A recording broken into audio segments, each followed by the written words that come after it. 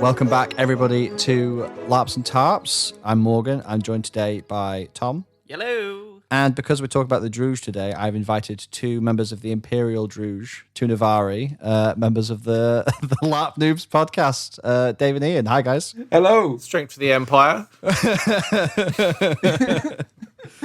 Is that right? Where has that slander term come from? Like, do you know when that started? Because it was one of the first things I heard was that It was pre-us, but there's a sort of a legitness to it where it's like we're the stabby aspect of the Empire, right? And we don't do honor battles and things like that.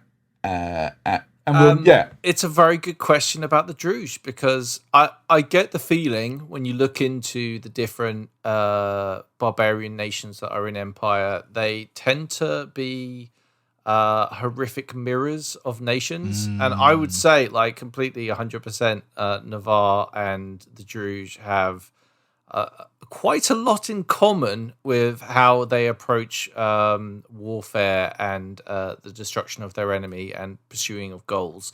Like, Navarre have a saying which is you can't betray your enemy. And didn't you steal that from the Druj? Very much how the Drouge behave as well. that's actually Thomas just said. Yeah, the Druj are like betray everyone. But that is and stab everyone. what is it? You can't betray your enemy is actually also a phrase that the Drouge use.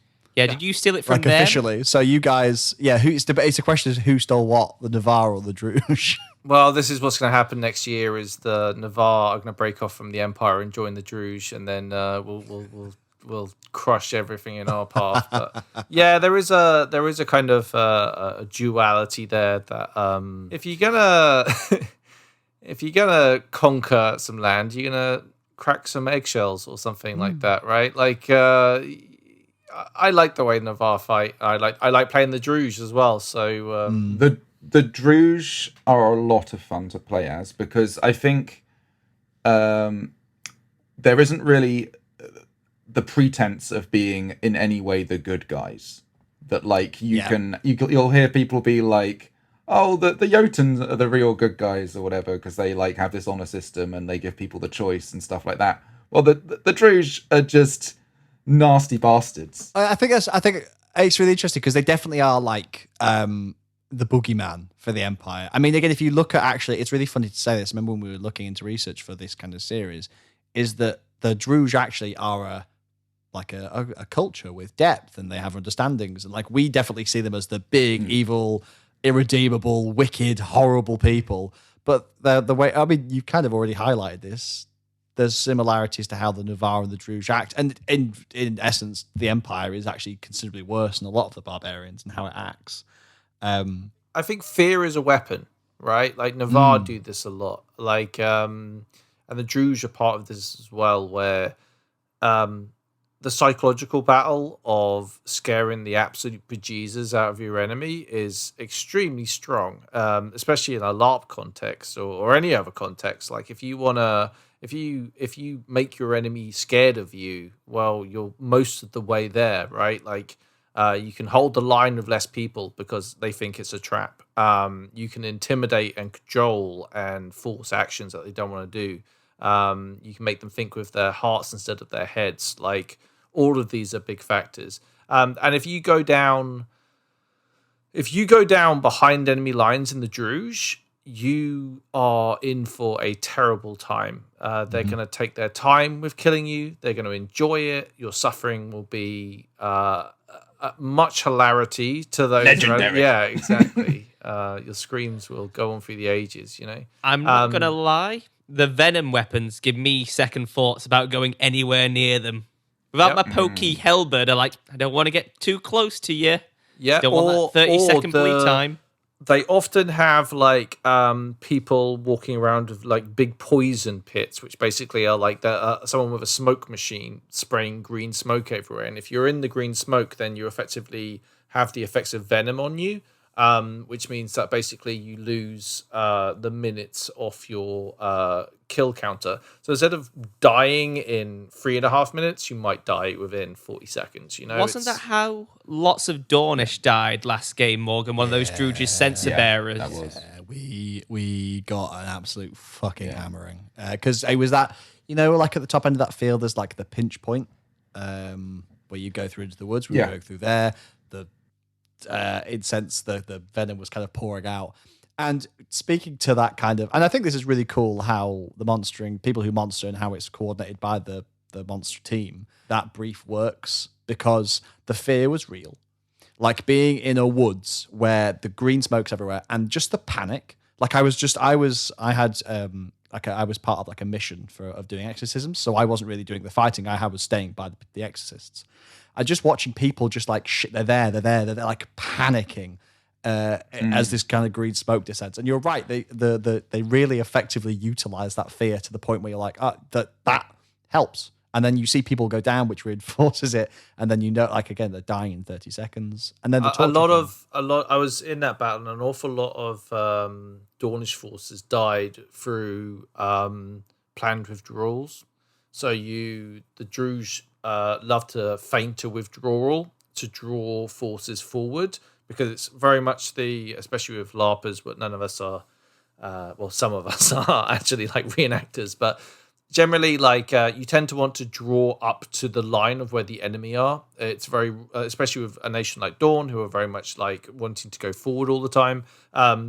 Pulling back allows them to pull out into a salient, which that feels really good because you're pushing back the enemy. And then a salient is a big bulge, basically. A big bulge, if you don't know what salient is, makes you very vulnerable to being hit from all sides. Yeah. And there are an awful lot of times when you would literally just shear off the nubbin and murder everyone in that area and then reform the line and then repeat the same process of allowing them to create salient, move back, salient, crush. That happened over and over again as the Drouge, very much Drouge tactics, Yeah, and I think there's the unwillingness generally of the Drouge to engage in line fighting for any length of time, which is a very different type of combat option to when you're fighting against, say, the Jotun, who will face up to you and meet you in sort of static combat. Isn't fair necessarily, but often the various the maneuvering on the battle for both sides is dictated by the way that the sides meet, and often when that's with the Jotun, that can sometimes devolve into sort of fairly static walls of units engaging each other.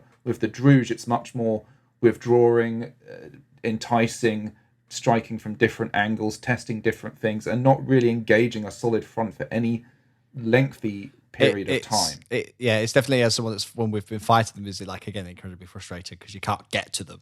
Yeah, lots of hit and run. And then I remember one thing at E3, again, we had like a separate mission where we had to escort some heralds through, and I was with kind of a noble of like the lance I was fighting with, and they were very much like, there's like 10 of us that need to get through. If we just punch a hole through the line and just keep going, we'll be fine. Because we were keep pushing past them because they're quite thinly spread out, and they were more focusing on the people behind us. But the thing is, you just never know where they are. Like, and again, it's that amazing kind of ability for like you. I always have said this before that was having a conversation with someone, was like, oh, it's really quiet on battle day because everyone's not there.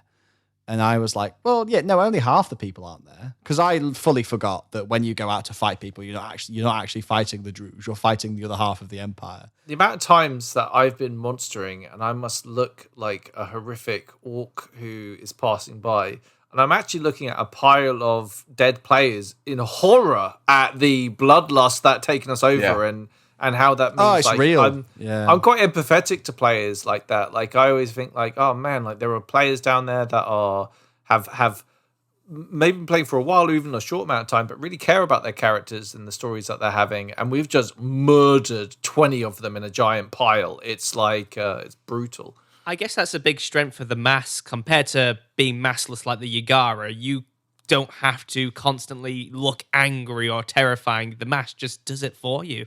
Yeah, and some of the Drouge's costume, my God, it's terrifying. I think like intimidation is a big part of what the Drouge does. Also, you're also fighting often Navarre, who their brief is very similar. They wear greens, dark colors, their skirmish tactics, and a lot of Navarre players know their trade when it comes to skirmish tactics. So you'll often find flanking maneuvers, hit and run techniques. Like I said, the feinting and then hitting, just very difficult to fight against. Especially, I would say on the field, less so.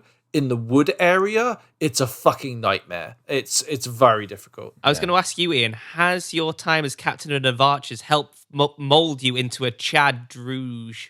So I actually purposefully choose not to play as an archer when I monster, and that's simply because I use it as an opportunity to try a different weapon set. So it sort of mixes the game up, keeps it interesting, and I enjoy that. Yeah. So like you can go like Ambi or something like that, right? But yeah, there's a lot more archery in the Drouge lineup because the Jotun don't tend to field many archers. That if you actually look at the brief, they tend to not prefer to field any archery. While you'll have a lot more of that generally in the Drouge, and then it also, if you look at the spell lineups that they normally have, it's things like weakness and stuff like that, and things that are meant to debilitate and to there's generally sort of the combination of tools that are in the Drouge toolbox are kind of are built in a very different way to how the Jotun toolbox is built. And that's not saying that any particular force is stronger than the other. It's just they are different opponents and quite well designed, I think, to create the fantasy of what that type of enemy is meant to represent. I have to admit, I am very terrified of the Drouge because I have little unarmored leaguish legs. Top half, perfectly covered in armor. My legs, little vambrace, grease, whatever they are. Arrow can easily take my leg out, and that's me stuck behind the enemy lines. I have Reckless because after Dave's leg scenario, it's like, you know what? That's a feat I shall take. But it's always a worry. Will I run out of hero points and lose my legs? Cries in mage armor. Like, we're the squishiest boys in the entire field now. Like, everything kills a mage nowadays. Like, it's like not nowadays. It's more like other people have become better armored, and therefore a cleave to the leg is the end of my character. A cleave to the arm, it's an arrow to the chest, I'm done. Like, there are a variety of different things that can kill a mage. I feel like you need a presidential guard. Like, get down, Mr. President. Anyway, we're not talking about woe is mages here. We're talking about the Drouge and how much fun it is killing Imperials. There was one thing that happened was we got told off by one of the generals for harrying the Imperials on the way out of the field. Not that I like being told off at the best of times, but I still don't agree. I stick to my guns on this, that I feel that the Drouge are the sort of army where, of course, they're going to hit a withdrawing army. It would be completely off brief to let them go off without being hassled. Yeah, betraying the storyline. If you're the last one out and no one's watching you, we're gonna kill you. We're gonna make it hard for you. We're gonna make you not want to come back. I feel that's very different from, say, for example, like a Jotun brief, which is going to be a lot more kind of like regimented and organized, and they march up together. Like, picking off stragglers seems the most Drouge-ish thing to do in the world to me. Well, they're ruthless, right? That's the whole thing, isn't it? It's literally in a brief, exploit any weakness. Yeah. I mean, I hope you stabbed the general as a Drouge for staying behind and shouting. I can only imagine what his expression, like him looking at me, must have looked like, of my just sheer disbelief that this person was telling us off. And also, it was a good old telling off, and very, very silly. I think like I love, I'm genuinely excited when I hear that we're going to play the Drouge. They're one of the absolute fun groups to play with. I mean, like we all can get a bit carried away sometimes, but I think also the RP opportunities when you're Drouging, like the way you can and you can do this with the Jotunists and say you can't, but the way you can very quickly pull a group of people as a nameless monster unit into this sort of ethos of like skullduggery and just sort of really nasty, but kind of with fun attached, like comedic nasty bastards, right? And you can have a lot of fun, like egging each other on and stuff like that, and a lot of the chanting and stuff's a lot of fun. I think it's scary from an Imperial level, right? Like often in a battle, people will, especially when they're scared, will tend to stick to the more solid blocks of troops because it feels safer and you feel like things are better. The real brave players are the ones doing the hard work of guarding flanks, trying to slow enemy down from doing rear attacks, things like that. And they're usually heavily outnumbered. It's very dangerous because the Drouge will completely exploit that. They will come round and absolutely bum rush a small, lightly guarded group. So you have to be very brave to fight that. And I think because of that fear factor, people tend to like to blob up a lot more against the Drouge, which makes sense. Whereas if you take, for example, the O'Toole, like Ian was illustrating, they tend to fan out into one giant big line of shields, and it'd be a very static. Who runs out of healing potions first, basically, is going to win that fight, rather than a lot more of a dynamic fight, which is how I prefer to fight anyway.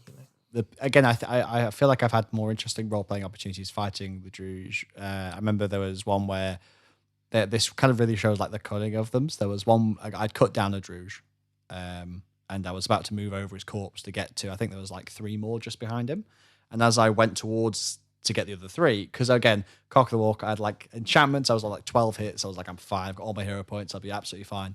And as I take a step over this corpse, he reaches up and cleaves me in the leg. Because he hadn't died, he'd just fainted. And as he did, I saw these 3 Drouge kind of running towards me. It's like, oh, you motherfucker. Like having to like relentless my leg to get myself back up and then stand. And then luckily, again, heavily armed Dornish guy, I was like, they ran off because I was able to get up in time. But I was like, and he said to me, oh, sorry, that was a bit of a dick move. I went, no, that was the best. That was like the most Drouge, because I was literally like, I have fallen for a trap and I'm about to fucking die because of it. If I didn't have that hero point, I'd be done. And there's also like in quite a few battles that I've had while being the Drouge, they tend to have their kind of elite monster units can often be made up of crew. Usually the combat crew that field are groups of people with really long jagged daggers who it's very uncommon for a barbarian force to execute people when they go down. It's very much bad form, and usually people are briefed not to. This group, their job is to go around and give a bit of dramatic ambiance to basically going around and executing people who are fallen behind enemy lines. And I mean, I can only imagine a hell of a way to go, an absolute hell of a way to go, to be given a special little cheerleading squad that are about to stab you with a knife, right? It's you get all kinds of stuff. You get like stuff where I've seen them sort of bring a prisoner, like a downed person, to the line and like execute them in front of everybody and stuff. You know, like real nasty stuff, right? Or like let them say their last words and then execute them. There's certainly they're who I enjoy monstering as the most, for sure. Apart from maybe Valorn, if we include Valorn. Valorn's a lot of fun as well. Have you monsters, Valorn? If you go in, like, if you help with, like, skirmish stuff occasionally, that's a lot of fun. Oh, cool. Things. No, Morgan, we can't go down this hall. Yeah, sorry. Wrong monster. No, because one of my, someone I knew at Empire, one of their characters died by being tortured by Druj. And it was that thing where they came back and there was like, I saw them drag back covered in blood kind of thing. And it was that thing where they were like, hey, just so you know, I am an absolute state. Like, and there's like, you could just see my internals just like, kind of like dangling. And I was like, horrendous. Just again, it's kind of like I knew they executed people, but to know that someone I've known has just been executed, but it's really cool because the Jotun you trust to be honourable, right? But the Druj you just know they are, like I say, absolutely ruthless. They are going to take everything they can. As my character, fuck the Druj. Yeah. Like the Druj deserve no quarter whatsoever. No. Like they should be eradicated off the face of the earth. As an Imperial player, that's an Imperial citizen, I should say. There was some interesting stuff that happened recently where someone made a deal with an Eternal for help against, was it the Valorn? and Yeah. the deal turned out to be that a Drouge army would then help drive off this thing. And oh my god, the shit show, the very strong opinions, everyone's very upset. Like, just because we won doesn't mean you need to win with the help of the Drouge, effectively. That riled an awful lot of people up. That was the price to pay for victory, which certainly pushes the Navari practicality to its absolute hilt. That we would 100%. use the Drouge to get victory. You know, Sounds like a lot of rustled jimmies. very many Jimmies rustled right there. Yeah. But as a Dornish player, so a big experience for us currently, is the Barons, which is one of those like. So the territory has never been officially Dornish, but there have been like houses built in Dorne, and like people have died in Dorne, and there's most people in Dorne basically. There's a lot of actually Dornish players whose territory is the Barons because there's a lot of people that live there, and a lot of people claim it as their home. So there is like if you getting the Dornish to do anything that's not kill the Drouge is a nightmare because understandably it's like this is our home. And we want to take it back from them, and there's such vitriol towards them. But it's sometimes it's like because there's discussions about whether the Barons will go to the Dornish and stuff like that. And I feel like speaking to players, like, oh, how do you feel about that? It's like, I don't fucking care. The Druj are leaving the Barons. Then we will take it. Like then it will be ours. That's fine. We'll sort that later. But for now, we're killing them. And there's such a kind of like after they massacred Dawn last event. Like the open weeping, the impassioned speeches in Glory Square of just like, we will wipe them from the history books. No one will ever remember who they are. We'll kind of grind them down. And it was like that real passion, kind of like almost verging into like hate, which is like something you need to watch out for because hate cultists. But like, hey, nothing wrong with a little bit of hate now and again. I think if there is a nation that could instill that in people, though, it is the Druj, right? Because the Druj do represent that. Yeah. It's the nastiness of it, and it's the willful nastiness of it, and with no kind of pretense of any desire to adhere to your moral code or your principles. It's the in fact exploit that. The fact you have those things is weak, and we will exploit them.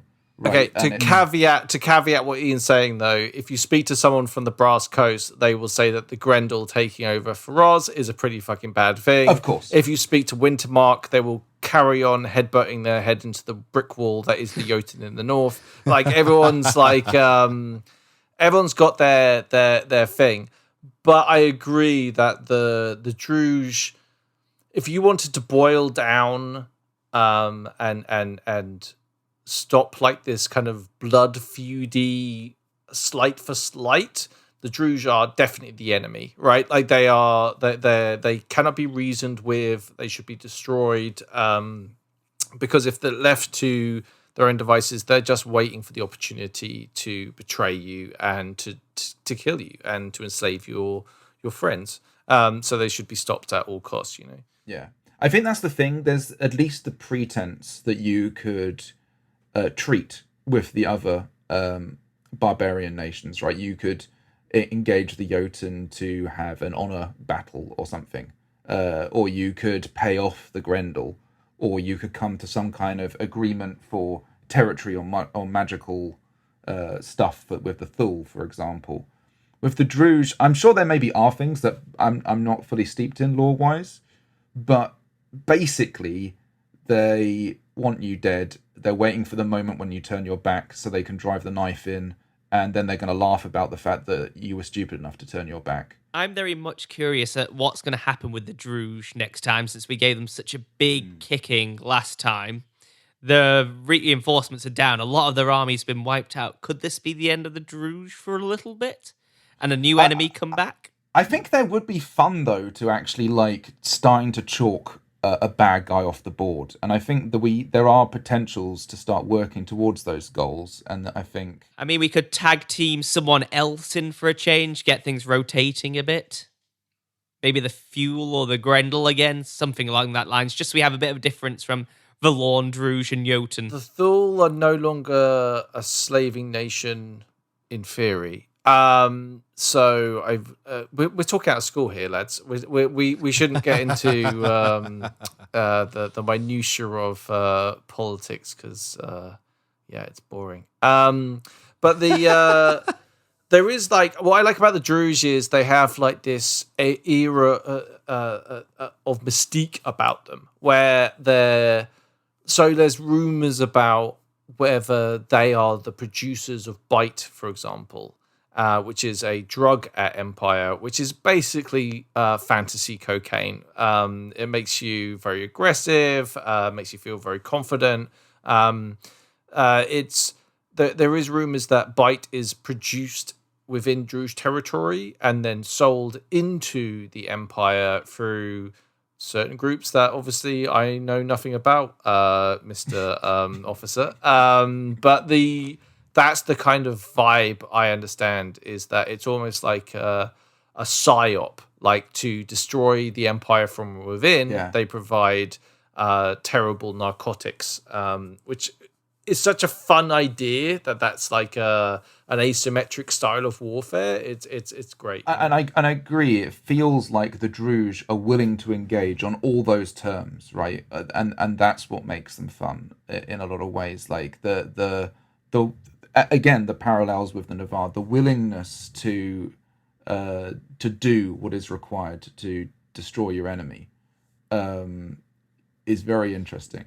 After he said about the Bite, I'm just picturing a Druj Walter White. That's who I want the final enemy to be. I think that's very real, to be honest with you. Probably more real than you think.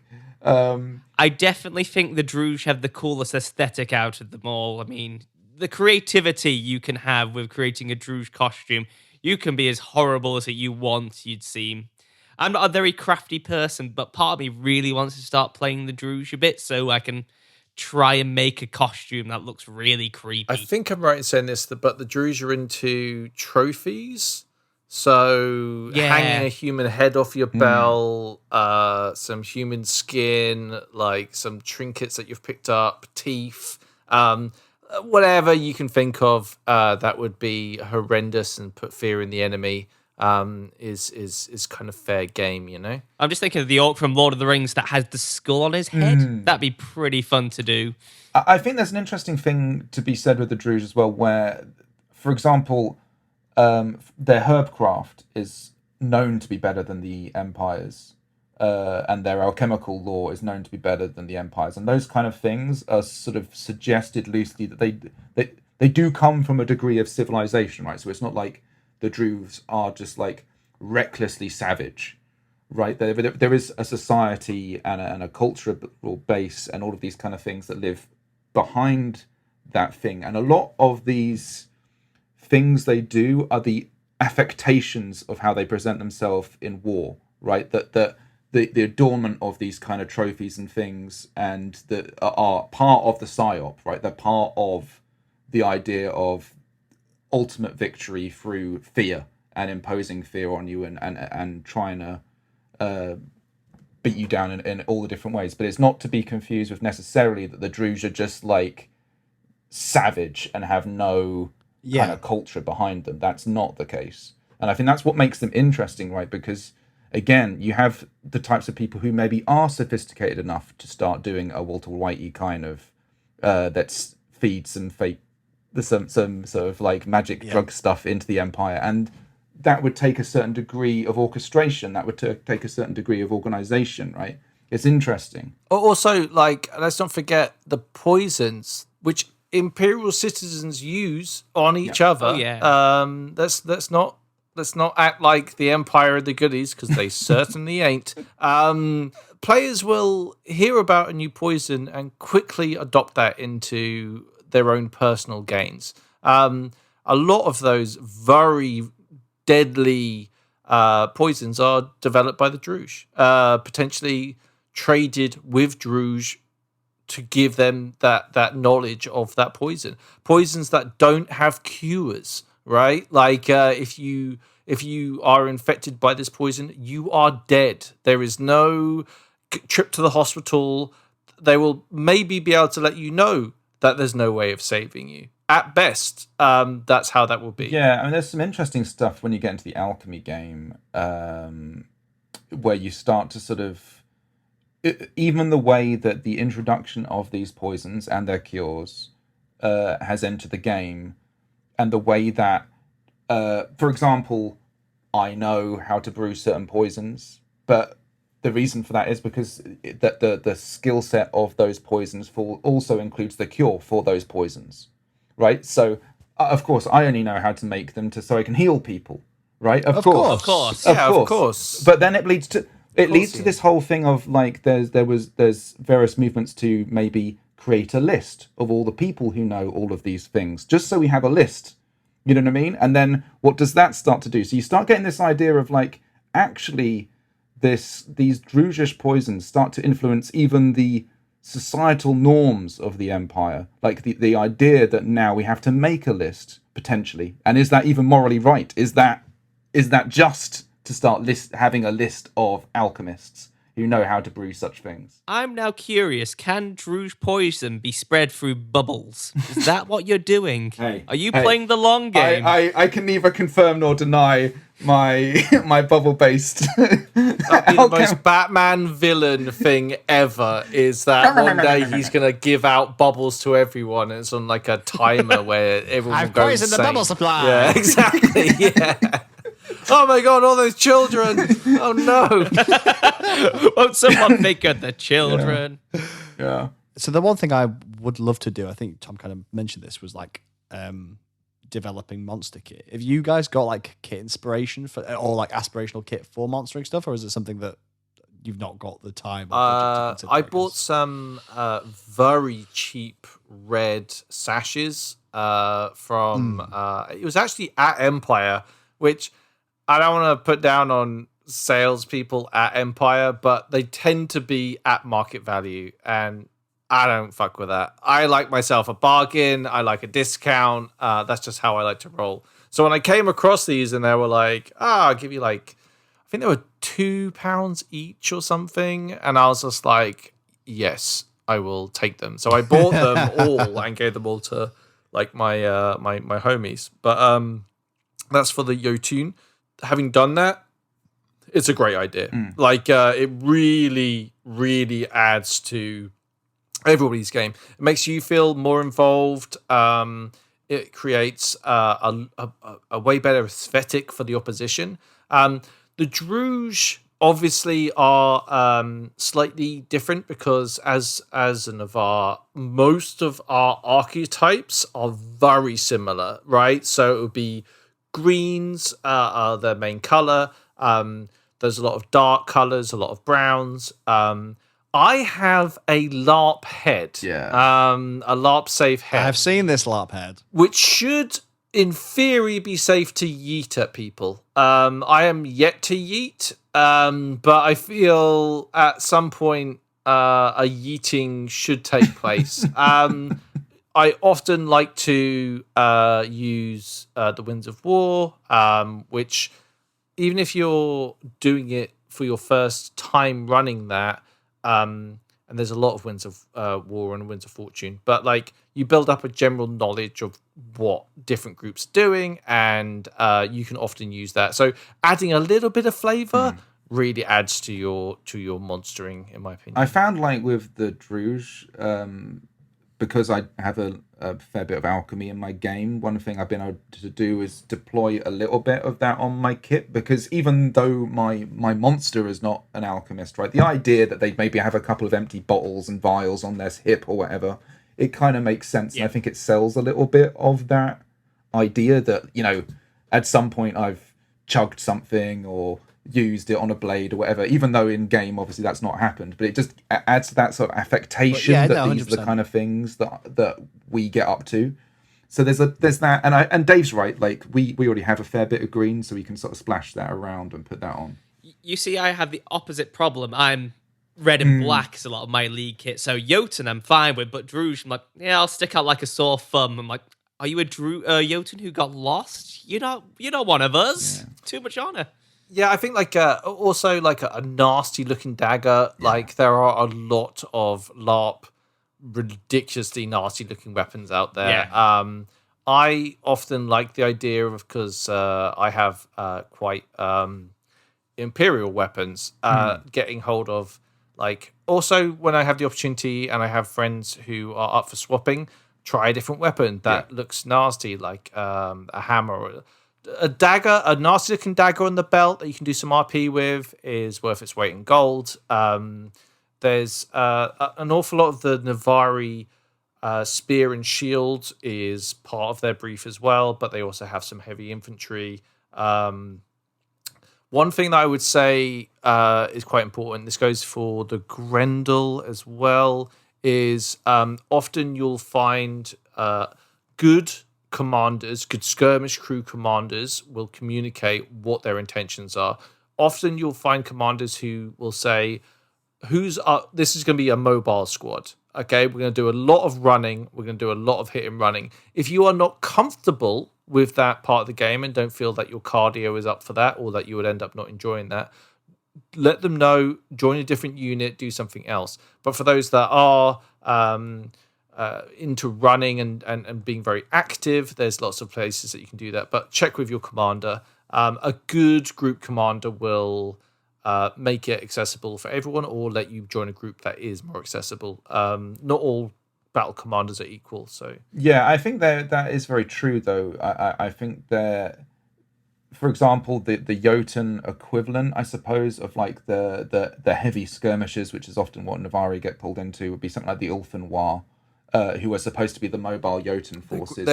They're Grendel, right? That's Jotun. They have the Ulfenwar as their... Oh, the Jotun. Oh, yeah. Yeah, they have their kind of heavy skirmishers. Boring.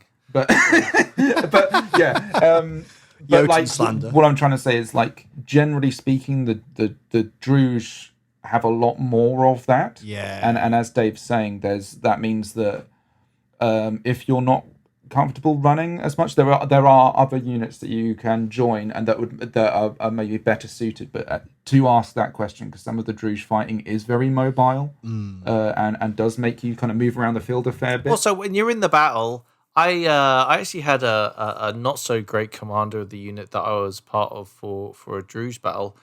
We just joined a different one. They were having Nice. fun. In the middle of the battle, we were just like, this guy's like leading us off through bushes. I'm not going to go and get myself a twisted ankle going through those bushes. I'm going to go and join that group because they seem more fun. Like, have a good time. You're paying to have a good time at the weekend. There's, have fun. I think that goes for being an Empire player as well as when you're monstering, right? Like, sometimes I have a bit of a bee in my bonnet that if I am going to take to the field as my character, I must, right? Like, it is a thing that you should do, but I take it as a point of pride. It doesn't matter however hungover I am, I'm getting out of bed, I'm putting the kit on, I'm going to head down to the monstering, I'm going to put the mask on, I'm going to be hanging out my ass, but I will get there even if I stand for 30 seconds against an Imperial onslaught. I'm going to make up the numbers to give the opposition a good time. I think that's really important. I know that there's been things like PD have talked about, like, hey, a few people didn't turn up to monstering and this kind of reduces numbers. And I think it's like making sure that you, like you say, if you've done one, do the other. Because there's no... Yeah. And also, I've said this before, it's so much fun. Oh, yeah, definitely. It's so much fun monstering.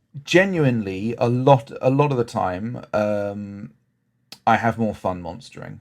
Now I've got sort of my military unit and we kind of operate together, and that's become a lot more of my game. I have a lot more fun that way. But generally speaking, for me individually, fighting and having the experience of combat, I tend to have a better time monstering because you can cut loose, right? You can be reckless and you can die dramatically and not sort of be so in your head about it all. And it's so much fun It's liberating. It's really liberating. And I think you can double monster as well, by the way. Oh, yeah. Like if you want to, you can just monster both times and you'll probably be helping out PD and the rest of the players if you do. I think there's also the option to get in touch with the various skirmish crews and stuff as well and help out. You'd have to talk to an email PD and stuff about that. But I think join the emus. Like if you get your kit, I joined the Dornish emu actually. We fought in the same unit, and it was dope.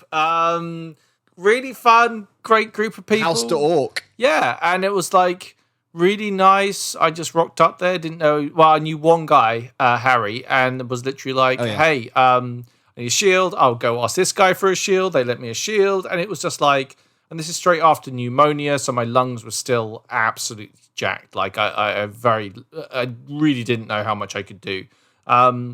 But like those emu units are, I know people that run with the Navari one, tend to be more experienced players, tend to be very helpful, very knowledgeable, good at tactics. You'll learn an awful lot of how to fight. People get too wrapped up in the mechanics of you physically fighting and lose track of the more important stuff, which is things like spatial awareness and tactics are actually the things that win battles. So yeah, EMU for the win. Yeah, I think there's a big element of that is essentially just like actually what wins is often communication. Just being able to tell people, look over there, you people keep an eye on this and keep talking to each other. And if you're doing that, that's actually very effective. That's more effective than necessarily one of you being like 20% better at sword fighting. If you're gonna die at Empire with your character, you'll die usually almost always, especially when you're new, because of your lack of spatial awareness. Yeah. That's how people die at Empire. It's a classic Dornish thing where like people charge forward, do the classic Dornish glory charge, don't realise that everyone stopped 10 paces back, turn around, they're all gone, then the orcs climb in. And it's like it's the kind of thing, the glory charge is only deadly if you don't realise where you are in it. Because if you're still with the thing, it's like, massive, you can still get taken out, but you're much less likely. But then you see people that just keep going. And even if you see them go, it's like, no, stop. And they're still going, turn around. It's like, they were such a good character. I'm to the point where I'm like, I must be the most, I'm the rudest person to fight against because I'm virtually not looking at the person I'm fighting, right? Like, especially if they're not pushing me, I'll be like, I'll have my shield, I'll give them something to hit, I'll try and hit them back. But generally, my head is looking around to my flanks. I want to know what's behind me. I want to know how many people are in my line. I want to know what sort of... that's much more important to me when I'm fighting now than trying to beat the person directly in front of me. Especially with the nature of hit points and how generally combat works at Empire. It's much easier to kill people with a large flanking maneuver or on the retreat than it is in a one-to-one battle with someone. And it's also interesting how your experience changes as you gain more positions of command, right? Like as if you're leading a small group of people, you're maybe in there with them. If you're kind of trying to organize various different bodies, you're a little bit further back. And then if you go into like the field marshals and stuff, they're often, they're dispatching runners and they're sending people and they're getting information fed to them. And the moments they're involved in the combat are chosen as wisely as they're able to make it, right? And then there's the way that combat evolves and your experience in it, and the way you can apply whatever your individual skill set is in battle can be a lot of different ways. It doesn't necessarily have to be being the greatest axe wielder that's ever been, right? In short, Ian would like to fight from the chateau.